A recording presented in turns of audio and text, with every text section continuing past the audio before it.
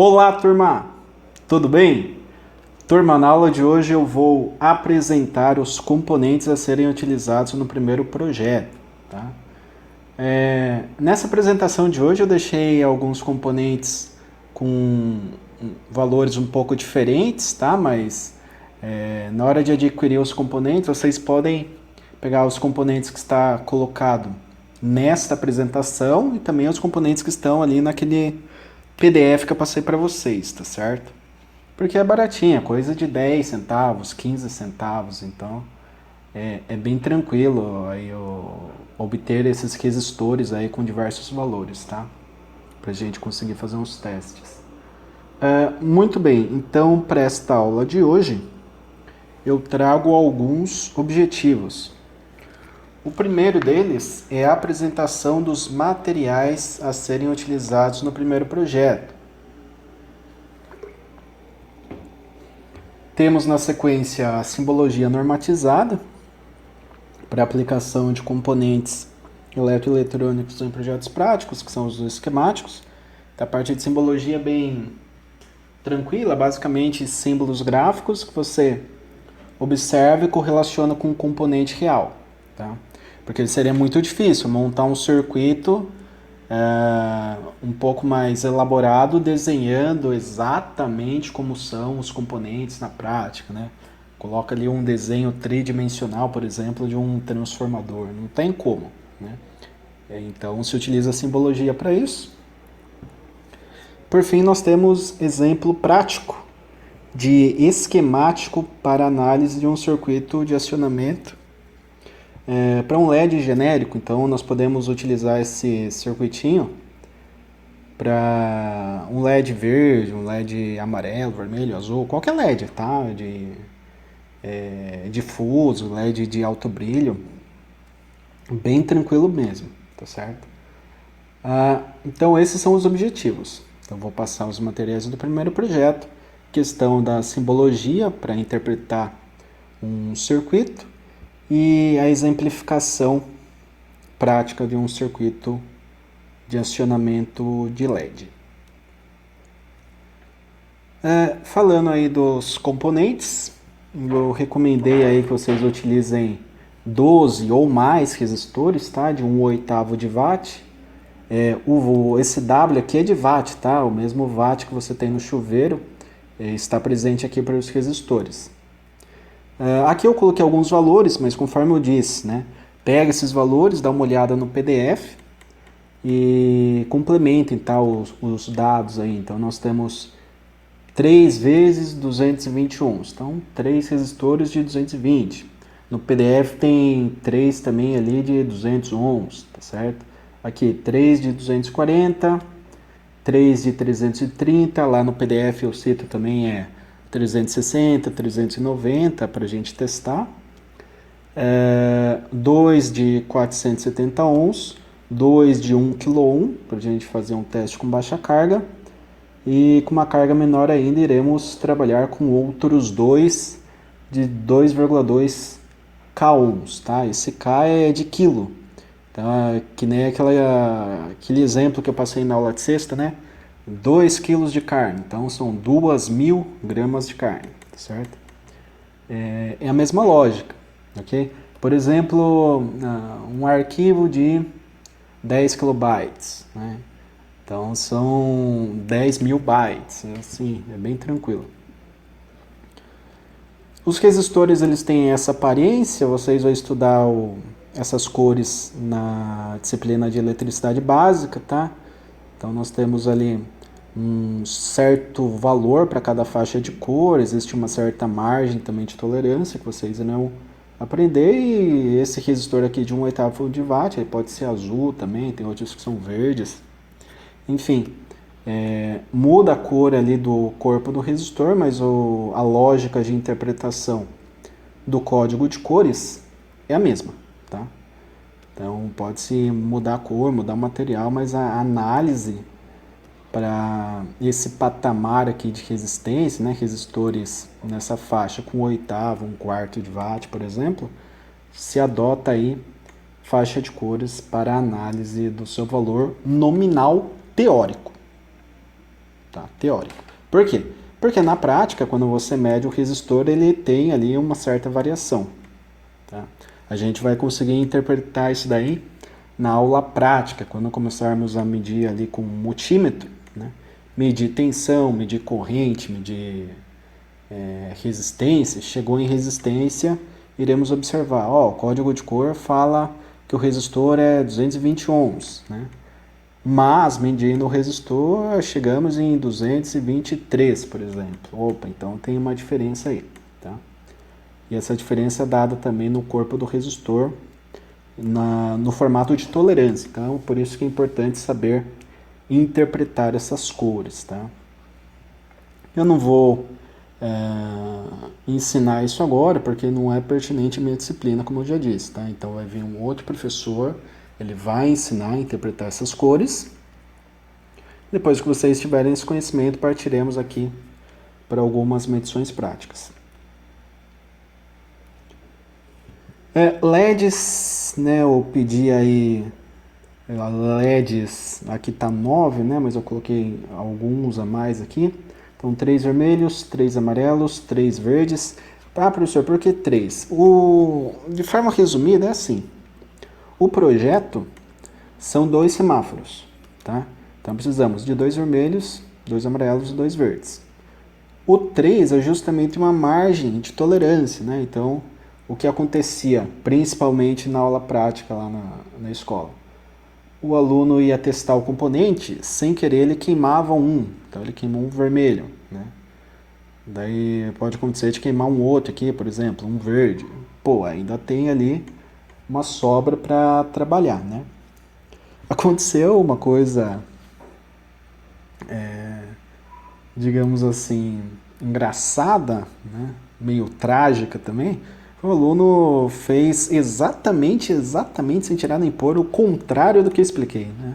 Eu falei, pessoal, verifiquem todos os LEDs assim. Ele foi lá e fez assado, né? Ele fez de forma inversa ao que eu expliquei. E daí ele acabou queimando os 9, né, de uma vez. Então, depois teve que barganhar ali na hora para conseguir realizar a montagem do projeto prático. Portanto, se for trabalhar nessa faixa aqui, né? Não, vou trabalhar com 6 LEDs porque eu sei que não vou queimar nenhum. Tudo bem, vai de cada um. Eu coloco 9 para ter uma tolerância a falhas. Eu gosto de fazer isso daqui com todos os componentes, tá? Então, quando eu falo, vamos utilizar 4 transistores, na realidade é 2 ou 3. Eu coloco 1 ou 2 a mais para caso queime, né? 2 azuis, que eu coloquei também para se observar ali a diferença do brilho. Tem também uma diferença técnica de tensão, corrente, potência, a gente vai observar no estudo das próximas aulas, tá? Então, existem alguns tipos, esses daqui são os LEDs difusos, né? Ele já vem com a cor, né, da luz, então esse daqui tem uma luz amarela, esse daqui emite uma luz vermelha, esse daqui é verde, tá? Aqui nós temos da mesma forma, né, os difusos, e existe este carinha aqui que ele é transparente, tá? Esse LED com uma aparência transparente, ele é de alto brilho, então ele pode ser um verde, um amarelo, um vermelho, tá? Só que ele é transparente, só descobrimos quando ligamos, quando conectamos ele ao circuito. Eles têm 2 terminais, perceba que um é maior que o outro, tá? Para todos os tipos de LED. Maior positivo, menor negativo, tá certo? A gente vai estudar também com mais detalhes depois. Aqui eu trago simbologia, né, de vários componentes aí, muitos componentes, em termos práticos, né, a grande maioria, pelo menos, que vocês vão trabalhar aí no curso, tá?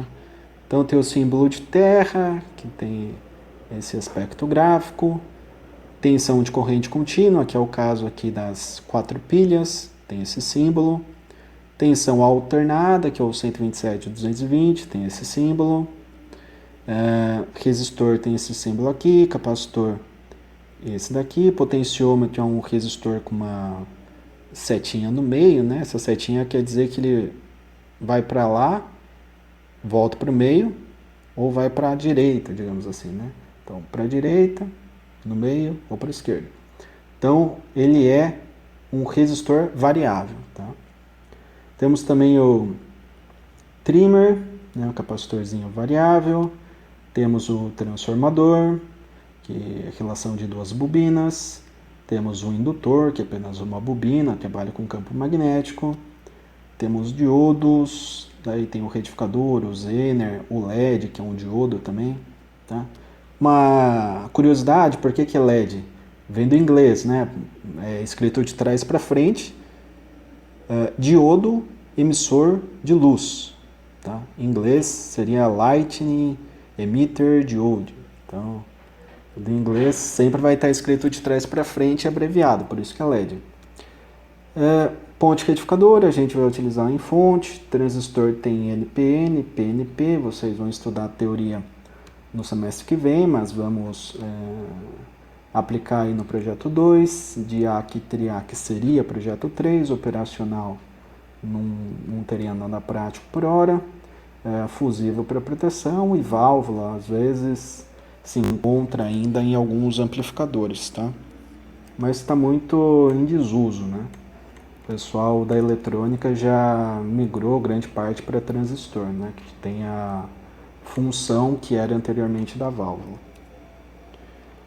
E aqui algumas representações a mais. Resistor pode ser representado também dessa forma em alguns esquemáticos.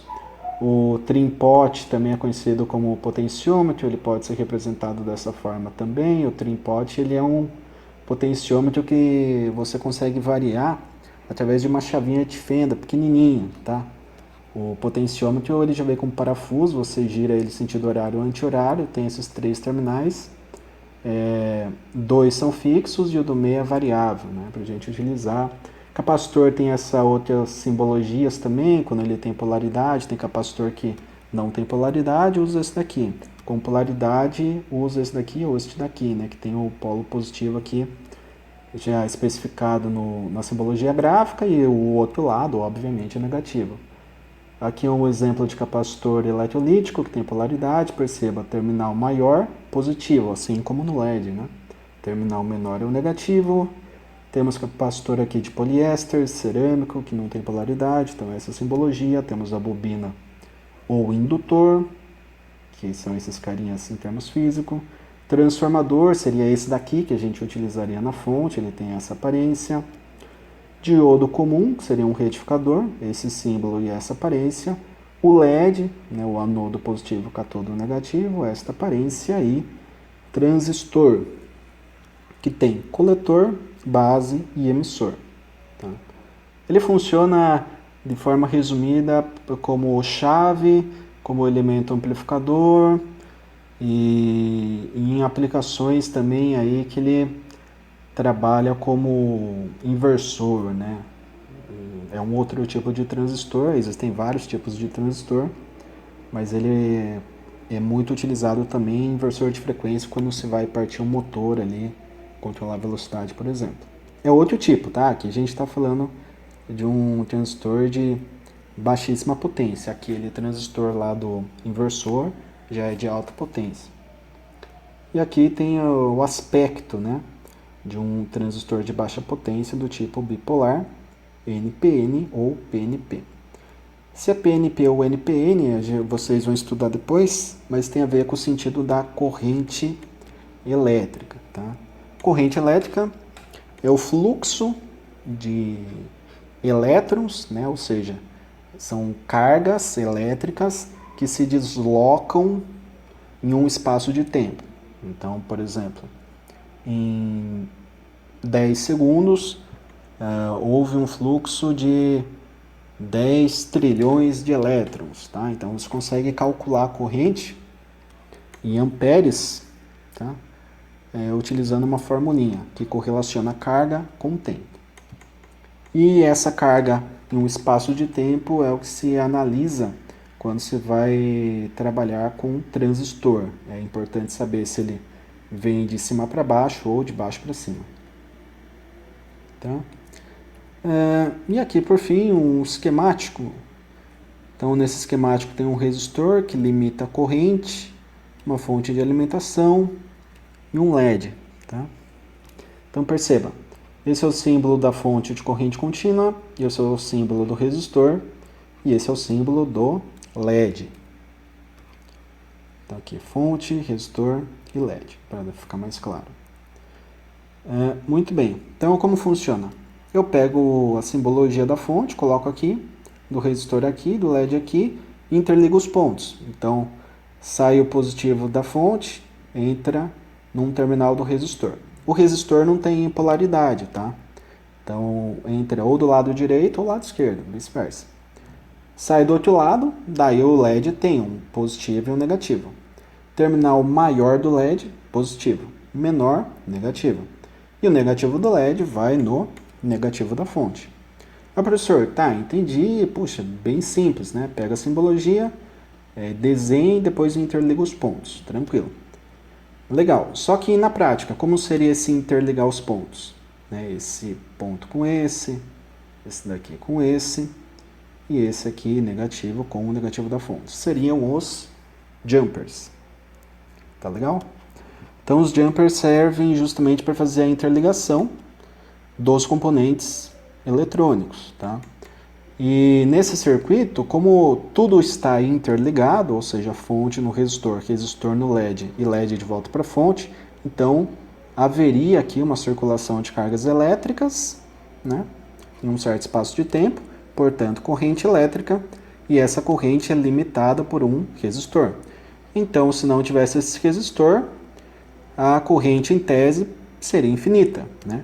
Corrente infinita, obviamente limitada pela potência da fonte, queimaria o LED, porque o LED ele não é capaz de suportar uma corrente muito alta, tá? Por isso se usa o resistor. E o que ocorreu na prática lá com um determinado aluno foi isso, né? Ele foi testar o LED direto, positivo e negativo, põe a fonte no LED, queimou os 9, né? Ele aprendeu bem como utilizava o protoboard, porém não aprendeu o conceito de acionamento do LED, né? Precisa sempre de um resistor. Já aconteceu também de o aluno chegar lá e botar uma fonte, né? Uma pilhazinha no LED e não queimou. Por quê? Uma, não tinha potência, e outra, tinha um potencial menor. Tá? Não queimou. Mas a pilha poderia estar sem carga, né? Se for uma pilha nova, ela tem potencial para queimar, tá certo? Então é meio que loteria. Para se garantir que o LED não vai queimar, utiliza-se um resistor.